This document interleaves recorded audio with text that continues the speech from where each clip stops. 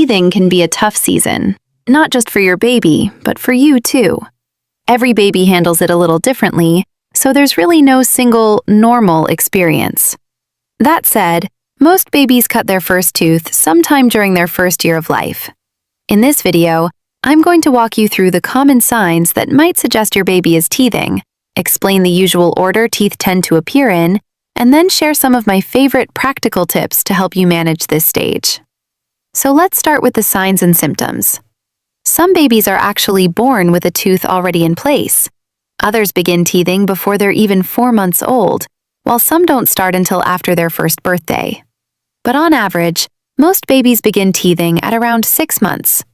Typical signs of teething include swollen, tender, or reddened gums right where the tooth is pushing through. Your baby might develop a mild fever, usually under 38 degrees Celsius. You may notice one cheek looking flushed, or even a little facial rash. Some babies tug or rub at their ears. Others drool much more than usual, chew or gnaw constantly on whatever they can grab, become fussier than normal, or have trouble sleeping. Watching your baby go through this can be upsetting. No parent enjoys seeing their little one uncomfortable, but teething itself is completely normal. Still, I always remind parents that you know your baby better than anyone. If something doesn't feel right or any symptom worries you, it's always safest to check in with a healthcare professional. Now, let's talk about the order teeth usually come in. Most often, the first teeth to appear are the lower incisors, those bottom front teeth. They typically break through between 5 and 7 months. After that, the upper front teeth, the top incisors, usually follow, often between 6 and 8 months. The first molars, which are the larger teeth toward the back of the mouth, generally show up later, around 12 to 16 months. But there's no strict timeline here. Every child is different, and teeth don't always follow the textbook order. By the age of 2 or 3, though, most children have a full set of baby or milk teeth. Now let's move on to how you can help make teething a little easier for both of you. One of the simplest and most effective tools is a teething ring. It gives your baby something safe to chew on, which can relieve pressure in the gums and help distract them from the discomfort.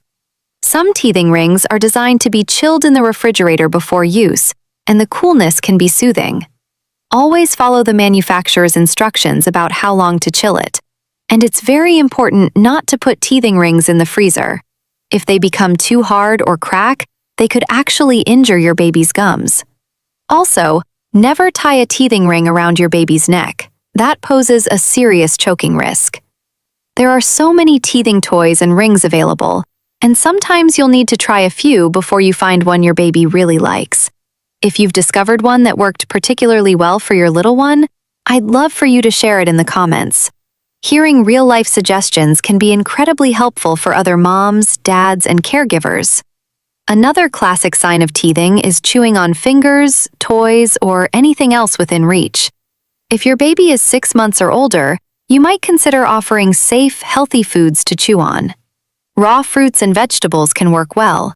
Softer fruits, like melon, can be especially soothing for sore gums. A crust of bread is another option, but always supervise your baby closely while they're eating, just in case of choking.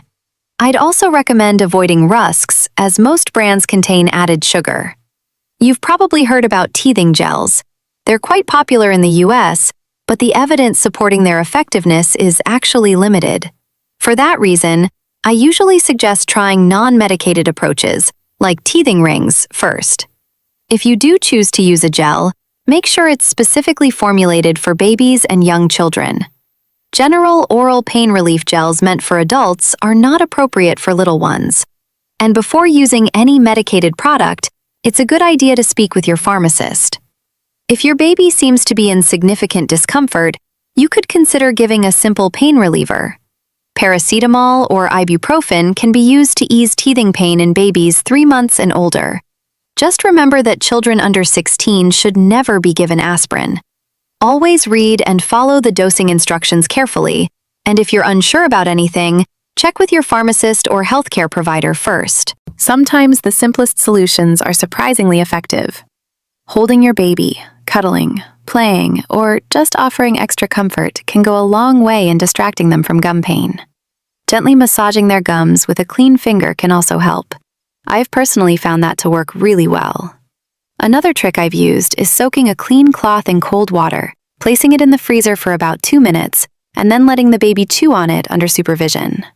If your baby is drooling more than usual, gently wiping their face throughout the day can help prevent skin irritation and rashes. Once that first little tooth finally appears, it's time to register your baby with a dentist. You should also start brushing as soon as that first milk tooth comes through, using a very small amount of fluoride toothpaste. And if you have any tips that helped you get through teething, please share them.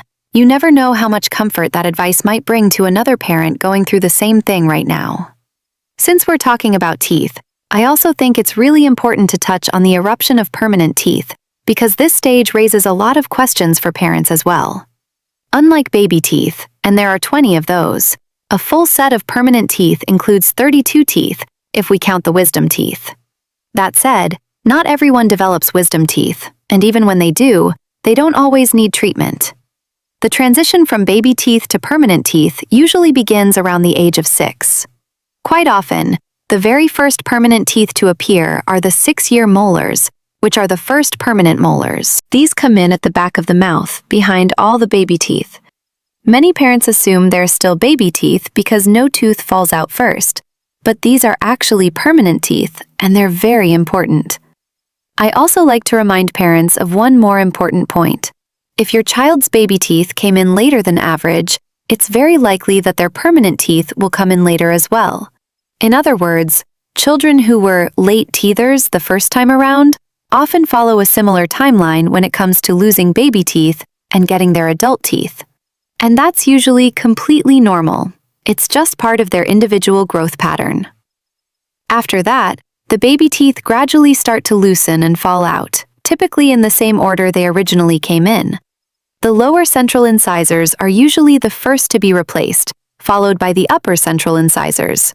Then come the lateral incisors, canines, premolars, and finally the molars. One important thing I always explain to parents is symmetry. In most cases, teeth erupt in pairs, so if a tooth appears on one side, the matching tooth on the other side usually follows within a few months. A small timing difference is completely normal. However, if there's a significant delay on one side, it may be worth mentioning it to your dentist. The entire process of losing baby teeth and gaining permanent teeth takes several years and typically continues until around age 12 or 13. Wisdom teeth, if they develop at all, tend to come through much later, often in the late teenage years or even in the early 20s. Just like with baby teeth, there isn't a strict timeline that every child follows. Each child develops at their own pace. But understanding the general number of teeth, the typical order of eruption, and the idea of symmetry can really help parents feel more confident and recognize when something might need a professional opinion. And of course, regular dental checkups during this stage are especially important. This is when the bite is forming and when we're setting the foundation for long-term oral health.